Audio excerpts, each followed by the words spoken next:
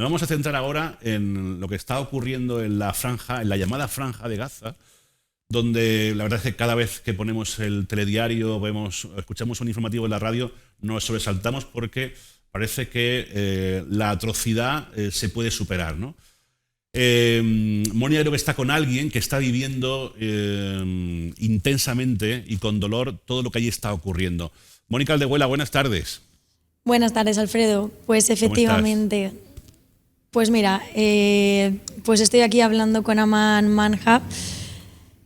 Poco te puedo contar porque nos va a contar ahora mismo ella. Lo primero que queremos hacer es darle las gracias por estar aquí pues en unos momentos tan complicados, con esa valentía, porque imagino que no estará siendo nada fácil. Para ponernos un poco en contexto, ella nació en Gaza, con 4 añitos se vino aquí a Almería, ahora es doctorada en filología hispánica, o sea que imaginaos, pero claro, ella está aquí y tiene a su familia fuera, entonces por eso te decía que no tiene que estar siendo nada fácil vivir desde su posición todo lo que está pasando allí su familia. Buenas tardes y lo primero, como decía, muchísimas gracias por estar con nosotros. Buenas tardes, muchísimas gracias a vosotros porque es importantísimo que en estos momentos tan complicados se dé voz a todas las personas, sobre todo a los que conocemos más de cerca esa realidad, porque creo que una de las cosas más importantes es que podamos no transmitir nuestra voz, que no es importante, sino transmitir la voz de ellos, de las víctimas reales de lo que está sucediendo ahora mismo.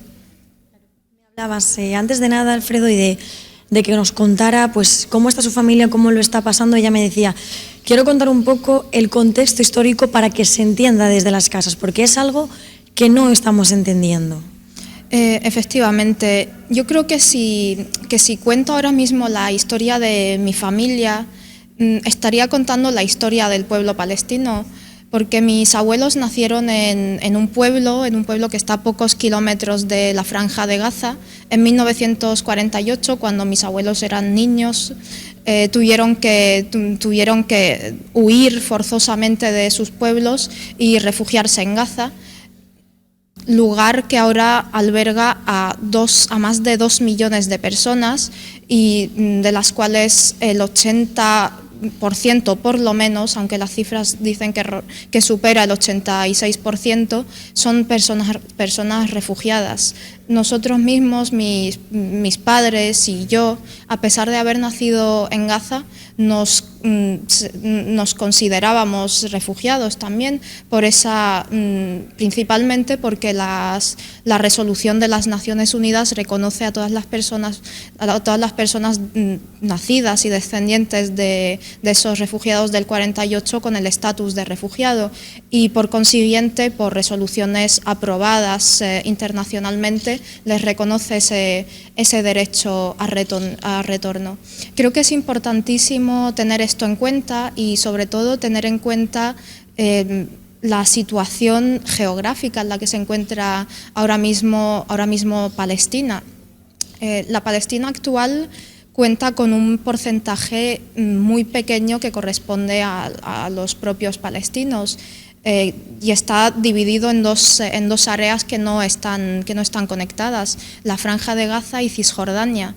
Es más, las áreas en las que comenzaron estos últimos acontecimientos forman parte de asentamientos construidos ilegalmente y reconocidos internacionalmente como asentamientos ilegales, por lo que la existencia de fuerzas de ocupación israelí en ese lugar no son legales ni deberían estar permitidas. Lo que me comentabas es que lo que pides es al final la liberación. Efectivamente, porque ahora mismo, por supuesto, lo que más nos preocupa es que termine la agresión, pero yo creo que la agresión no puede terminar si no hay justicia, y no puede haber justicia si el pueblo palestino no recupera su derecho, el derecho más básico que puede tener el ser humano, que es el derecho a la libertad. Y el derecho a la libertad viene de mano de otros derechos, que es el derecho a tener esa autonomía, a tener esa soberanía, a tener un país al fin y al cabo, porque igual que comentaba a otros medios de comunicación esta mañana, para nosotros A nosotros se nos ha enseñado de pequeños a ser palestinos, pero por una razón muy sencilla, porque nosotros no hemos nacido ni hemos crecido en un lugar que físicamente haya sido nuestro país, sino que nos hemos criado en esa idea, porque no hemos tenido esa oportunidad de tener un Estado como tiene el resto del universo. Por tanto, yo creo que lo más importante en esta ocasión es tan sencillo como la aplicación de las resoluciones internacionales y la devolución de los territorios ocupados de forma ilegal a las personas a las que pertenece. Comentabas también que allí tienes parte de familia materna, parte de familia paterna. ¿Habéis podido estar hablando con ellos hasta este mismo sábado? En el caso de la familia de tu padre, con la familia de tu madre sí que tenéis más contacto. ¿Qué os dicen? Efectivamente, como bien dices, tenemos esa preocupación doble ahora mismo, porque por una parte, primero quiero decir que aquí en Almería solamente están mis padres, mis hermanos y uno de mis tíos, por tanto el resto de la familia o la gran familia vive en la Franja de Gaza. Mis tías paternas, como acabas de comentar, por miedo, porque al final el miedo es el que está dominando ahora mismo en Gaza, cayeron en esa tentación de refugiarse en el sur de la Franja de Gaza, en una zona cercana a Khan Yunus. Ahí mismo, como no están en casa de familiares, como sucede con otras personas, sino en una casa que abandonaron hace unos años unos amigos, no tienen posibilidad de conectarse, así que desde el sábado no sabemos prácticamente nada de ellos. Asumimos que están bien, porque en las noticias no se ha recibido ningún tipo de información que demuestre lo contrario y queremos creer que lo están.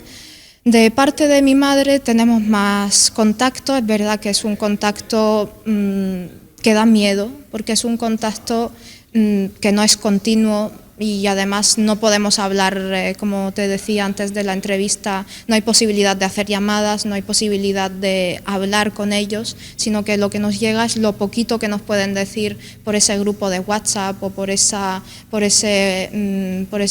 redes sociales. De hecho, justo esta noche hemos recibido lamentablemente ha sido de forma indirecta a través de información de Facebook la noticia de la muerte de un amigo de la familia que además tiene un vínculo enorme con la ciudad de Almería y con la Universidad de Almería, porque él defendió aquí su tesis doctoral y estuvo haciendo muchas estancias de investigación. Por tanto, aprovecho esta tribuna para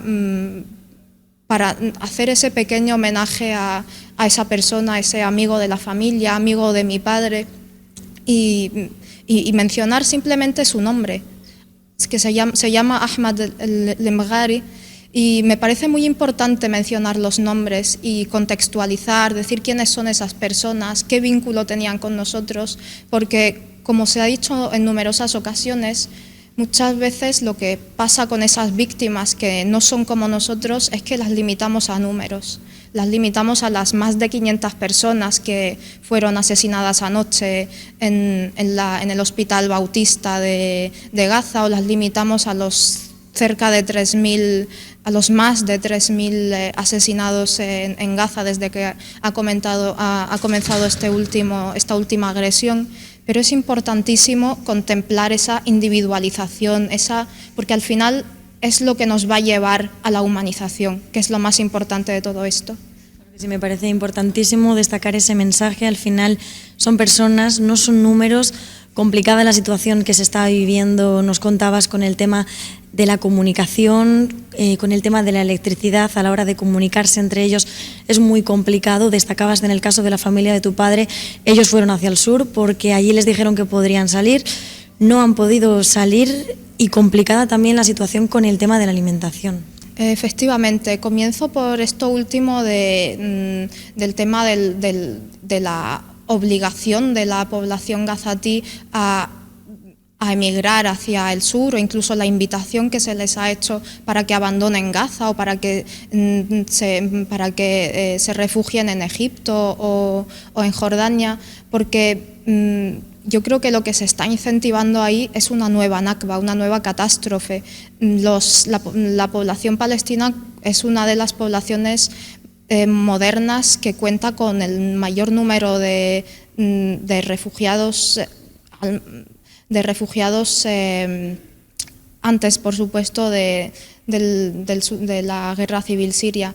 Es una población que cuenta con más de 5 millones de refugiados, de personas que tuvieron que huir forzosamente de sus tierras, y que al final lo que se está intentando hacer ahora mismo es un nuevo refugio masivo de los palestinos, que viene en esa línea de la limpieza étnica que se está cometiendo, porque no tiene otro nombre. Masacrar a la población civil en esa forma tan indiscriminada no tiene otro nombre que el de limpieza étnica. En ese caso, además, pensando incluso en la tentación que tiene la gente, porque la gente al final lo que va a querer es protegerse. Lo que busca la gente es protegerse, y han cedido a esa tentación y han querido protegerse en el sur. Pero ¿dónde han sido los ataques más intensos? En el sur. ¿A quién se ha atacado? ¿A quién se ha bombardeado? A esos convoys que portaban refugiados hacia esas zonas. Por tanto, es una masacre sin piedad, que de hecho los propios representantes del ejército israelí, del gobierno israelí, hablaban de los gazatíes como animales y animaban a su ejército a acabar con ellos porque son animales para ellos, que no merecen vivir. En lo que respecta a la segunda cuestión de la que me hablabas, me parece importantísimo señalar que la falta de electricidad, la falta de agua, la falta de alimentación en general, no viene de ayer, viene de hace 16 años. Gaza lleva bloqueada 16 años. De hecho, yo misma he vivido en mi propia piel ese primer año de bloqueo, ya que en el 2007 viajé junto con mi madre y mis hermanas y mi hermano a Gaza por primera vez desde que veníamos aquí. Y entonces nuestro objetivo era estar unos días con la familia, conocerlos, porque yo no conocía a mi abuela, no conocía a mis tías, ni a mis tíos, no conocía a mis primos. Por primera vez pude hablar con ellos, conocerlos, tener recuerdos. Ahora mismo me alegro de tener esos recuerdos, aunque haya sido en esa situación tan triste. Allí estuvimos bloqueados más de un año. Mi padre estaba aquí en Almería por trabajo. Hemos estado un año sin poder estar con él, abrazarlo, sin poder salir, sin libertad. Entonces, y a partir de ese bloqueo empezaron los cortes de luz, los cortes de agua. De hecho, en Gaza, no solamente en esta última agresión, sino desde hace más de 16 años, la luz viene 3 horas al día, y el resto del tiempo están sin luz. Funcionan con un sistema precario pero ingenioso de generación de electricidad, y muchas veces mis familiares me han dicho que se han tenido que levantar a las 3 o a las 4 de la mañana para poner una lavadora o para hacer algún trabajo de la universidad. Entonces, esto es un problema que viene de hace mucho tiempo. Yo creo que eso es lo más importante para poder entender la situación. Muchísimas gracias de nuevo por haber estado con nosotros, por habernos contado de esa forma tan bien, tan humana, por poder poner de tu parte para que entendamos un poco mejor lo que está pasando, cómo lo estáis viviendo. Y bueno, aunque sea una pregunta que a lo mejor no tiene sentido, pero ya que te tenemos aquí, yo quiero preguntarte, pues, ¿cómo lo estás viviendo tú y cómo te sientes tú realmente? Es una pregunta que tiene muchísimo sentido, porque a veces nos cuestionamos muchas cosas o nos forzamos incluso a muchas cosas. Desde que ha empezado todo esto, en casa estamos viviendo una sensación un poco contradictoria, porque por una parte tenemos esa sensación de que necesitamos animarlos. Una gran persona me dijo por teléfono, es un cirujano murciano que trabaja en La Paz de Madrid, me decía: cuando hables con tu familia intenta que se mantengan con vida, porque si se pierde la esperanza se ha perdido todo. Entonces, siguiendo esa recomendación, nosotros lo que pretendemos, por un lado, es mantenerlos con esperanza, mantenerlos con vida, pero por otra parte somos humanos y nos duele a nosotros también. Entonces, muchas veces nos cuesta llorar, porque pensamos que no tenemos derecho a hacerlo. Mi madre nos dice: llorad, llorad porque lo necesitáis para seguir adelante. Y sobre todo, yo creo que lo más complicado de todo esto ha sido demostrar al mundo que nosotros también podemos llorar, que nosotros también somos humanos, que estamos sufriendo injusticias, porque desde que ha empezado todo esto, sobre todo en la primera semana, lo único que se ha visto han sido bulos, desinformación, intento de tergiversar la cuestión principal, porque la cuestión principal es que se están cometiendo crímenes de lesa humanidad contra civiles inocentes. Y es lo que se ha intentado tapar, lamentablemente, desde muchas personas con responsabilidad, tanto en los medios como en representantes políticos. Por lo tanto, tenemos esa triple faceta, es la que estamos desempeñando esos días, pero sigo con esa recomendación y pienso que hay que mantener la esperanza. Qué fuerza y qué valentía. Muchísimas gracias de nuevo y mucho ánimo. Muchísimas gracias. Muchas gracias a ti. Alfredo, pues yo creo que sobran un poco las palabras y sí que me quedaría con esa frase que nos decía antes y que hemos destacado, que hay que contar que son vidas, que son personas y que no son números. Y son niños. Una de cada tres personas asesinadas son niños, que son muchos. Y no está tan lejos esto, que está aquí al lado, está en una tierra bañada por el mismo mar que nos baña a nosotros. En fin, gracias Mónica y gracias a nuestra invitada.